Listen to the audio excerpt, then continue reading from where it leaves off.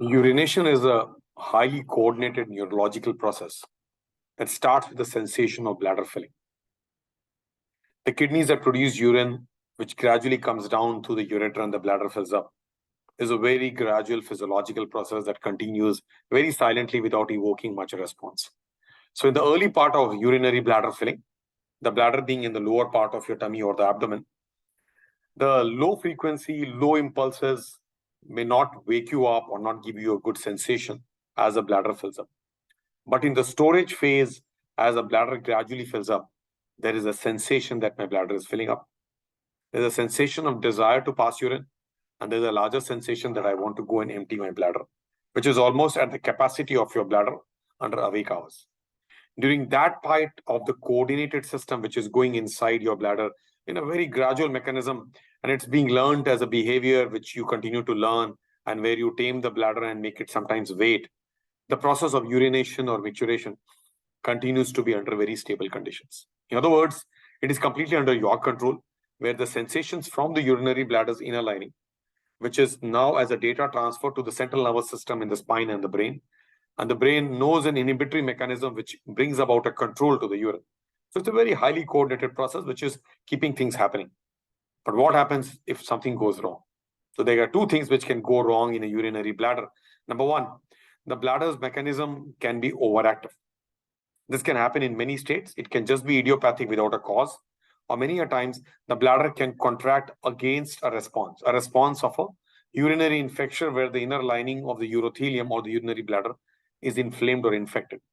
It can also happen in response to a stone in the bladder, a foreign body inside the bladder, or there could be other responses of various noxious stimuli of the kind of pain, especially in situations where the bladder is filling up and somebody has got a pain and discomfort while bladder filling, which is called as interstitial cystitis, bladder pain syndrome, where the stimuli of the bladder is not a pleasant or a normal stimuli, but a difficult stimuli, a discomforting stimuli, or a pain, pressure, something felt which is abnormal to normal human beings.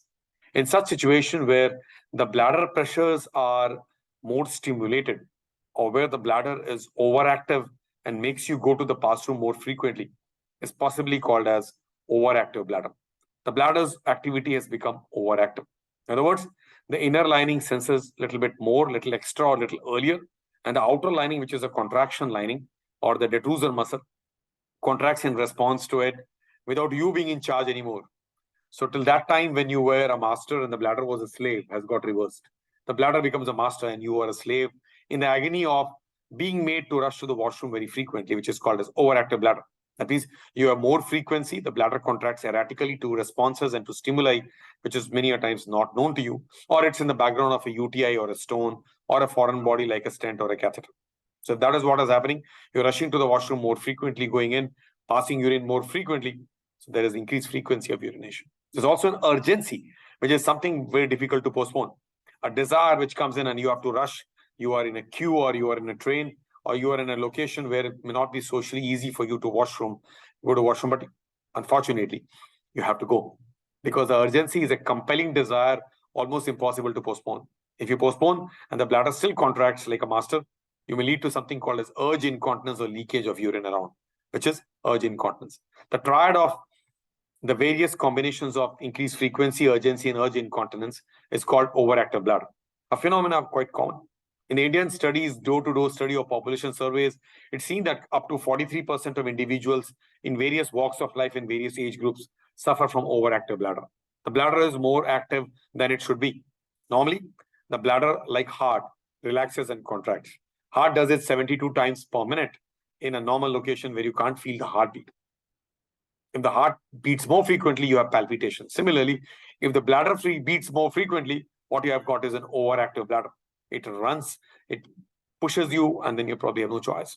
So overactive bladder is a lifestyle phenomena which has almost got ingrained into the habit of the bladder. The bladder has learned a habit of passing urine very frequently. It just pushes you too much and there is no choice. You will have to empty. So bladder contracts and urine comes out is a urination cycle or a micturition cycle that has gone wrong in terms of being overactive. So overactivity can happen also in cases where there's neurogenic problems. So all those people who have got spinal injuries, all those people who have got spinal surgeries undergone, stroke or various kinds of paralysis, all kinds of neurological diseases, which includes parkinsonism and multiple sclerosis, they may have overactive bladder. And those overactive bladders related to the nerve phenomena. The nerve phenomena of the spine, nerve phenomena of the brain are called as neurovesical dysfunction or neurogenic detrusor overactivity, where the bladder is more overactive as a result of gross neurological inputs from the central mechanism, the central nervous system. In those situations, you may have to go and pass urine very, very frequently. If you don't go, you would leak urine, you may be living in diapers. And therefore, many human beings who have got spinal issues, who have got stroke issues, who have got Parkinson's, who have got multiple sclerosis, cerebral palsy, etc., unfortunately live on diapers or don't know how to get a urine control. Their relatives and their caregivers suffer in agony and silence. Many a times, the neurologist who does a great job in these aspects on the neurological circles may not be aware because the patient relatives may not have complained. But all these patients who have got spinal diseases, neurological diseases, will continue to leak urine and would live in diapers all life. Somewhere they will not be knowing what is happening to the mechanism. Many a times the kidney may be getting injured because of back pressure changes. Many a times you get recurrent urinary tract infection only because you live in diapers, you're wet all the time. So it's time to wake up to this phenomena of bladder's overactivity and probably help ourselves out. Very, very important. So overactive bladder can be treated. Overactive bladder is something where we treat it by a behavioral mechanism like a quality of life disease treatment, where we involve the patient and the relatives, make them understand the changes that they need to bring about in treatment of overactive bladder, which is obviously a consult where we look at all these patients who are living their life of agony with frequency, urgency, urge incontinence, getting up multiple times in the night time, because overactive bladder does not see day and night. The bladder is overactive, it doesn't know it's day or night and just continues to erratically contract. And this contraction can wake you up from sleep, can wake you up from a seat and probably may have you to break a queue and go to the washroom. Else, the urgency may be so compelling that you may leak urine, causing urge incontinence. So extremely important for us to identify this situation. Sadly, we are all living with it.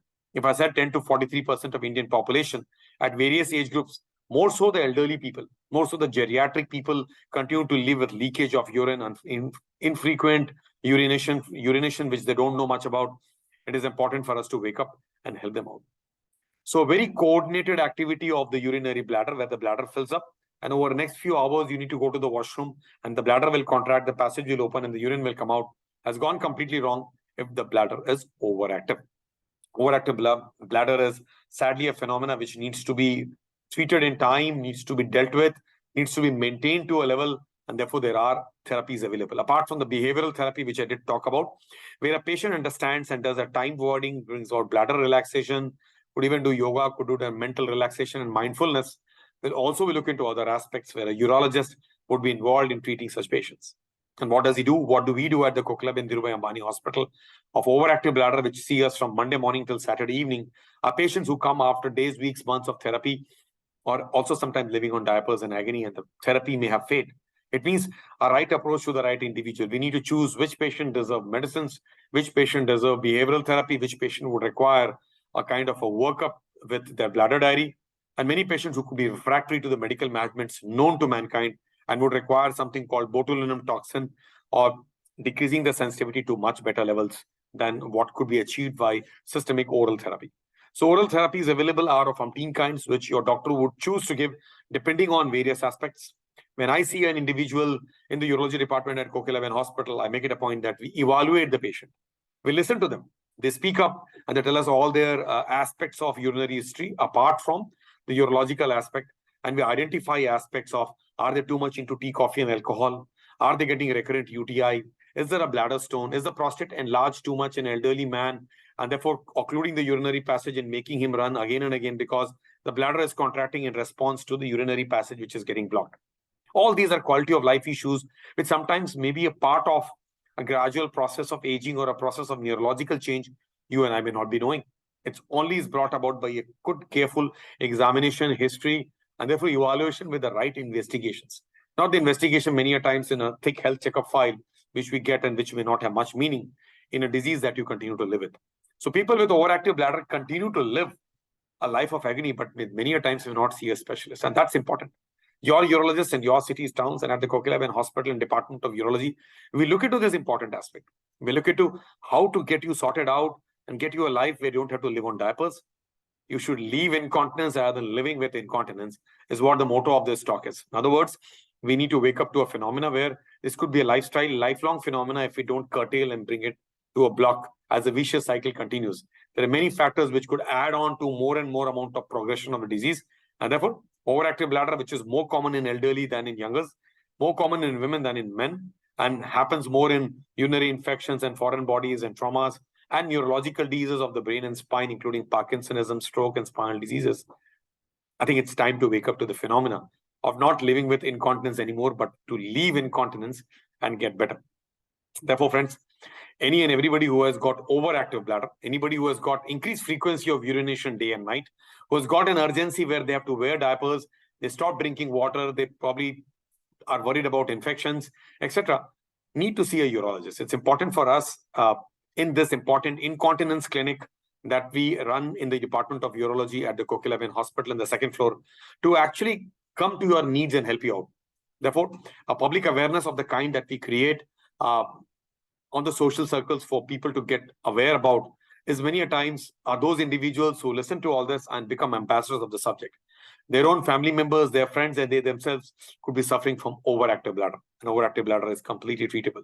So why not get into a consult? Why not identify whether you are a case of overactive bladder or a neurogenic disease or overactivity, or are you something else in terms of stress incontinence aspects which could be brought into completely a measured care and cure, and finally your treatment is done. So friends, overactive bladder is treatable. We could treat it with medicines, with behavioral therapy, with botulinum toxin. I always said right approach to the right individual. And that approach has to be looked at across a consult where we identify the patients around. So many people take medicines that still continue to have leakage of urine or are not benefited.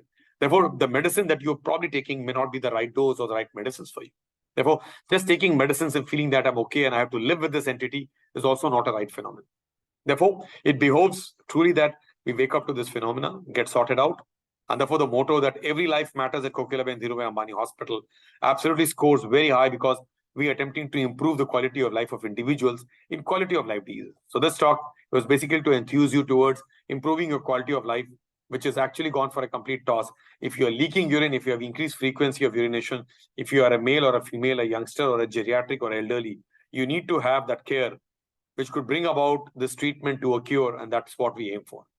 Good luck and help us leave this incontinence to live without incontinence and live a better life. Thank you so much.